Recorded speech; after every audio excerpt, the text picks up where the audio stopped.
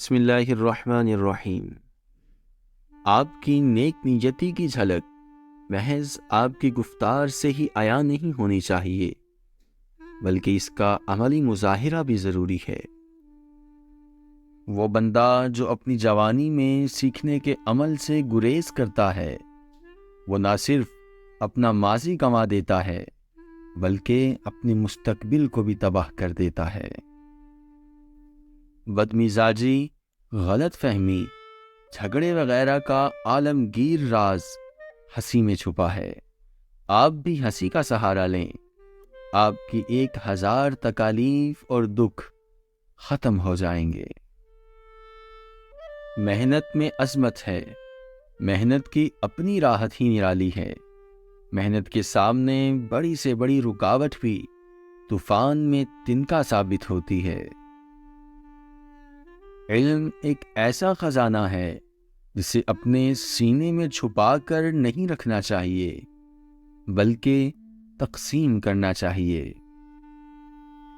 علم کو ہمیشہ دانشمندانہ طور پر ہی بروئے کار لایا جا سکتا ہے، خواہ یہ علم ہماری اپنی غلطیوں کا ہی کیوں نہ ہو۔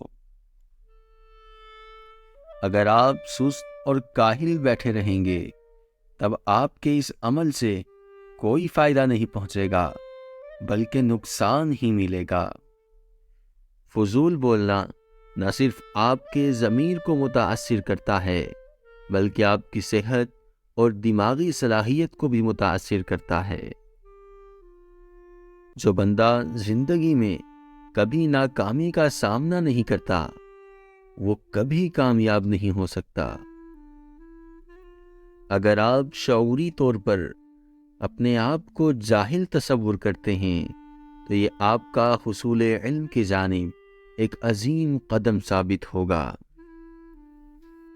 ہمارا علم محدود ہے، اسے لامحدود بنانے کے لیے اس کا حصول جاری رکھنا چاہیے۔ آپ اپنی مہربانیوں کی وساطت سے دوسروں کو جو خوشی باہم پہنچاتے ہیں وہ اکثر آپ کو معسود واپس مل جاتی ہے۔ 2 چیزیں ایسی ہیں جن سے ہمیں کبھی دستبردار نہیں ہونا چاہیے: مہربانی اور عاجزی۔ اپنی کسی ایک مہربانی کی وساطت سے کسی ایک انسان کا دل راضی کرنا 1,00,000 سجدے کرنے سے بہتر ہے۔ اے بوڑھے، جوانی واپس چاہتا ہے تو روز املوک یعنی چاپانی پھل اور آلو بخارا کھایا کر۔ توہین ایک کھوٹے سکے کی مانند ہے جسے ہم میں سے کوئی بھی پسند نہیں کرتا۔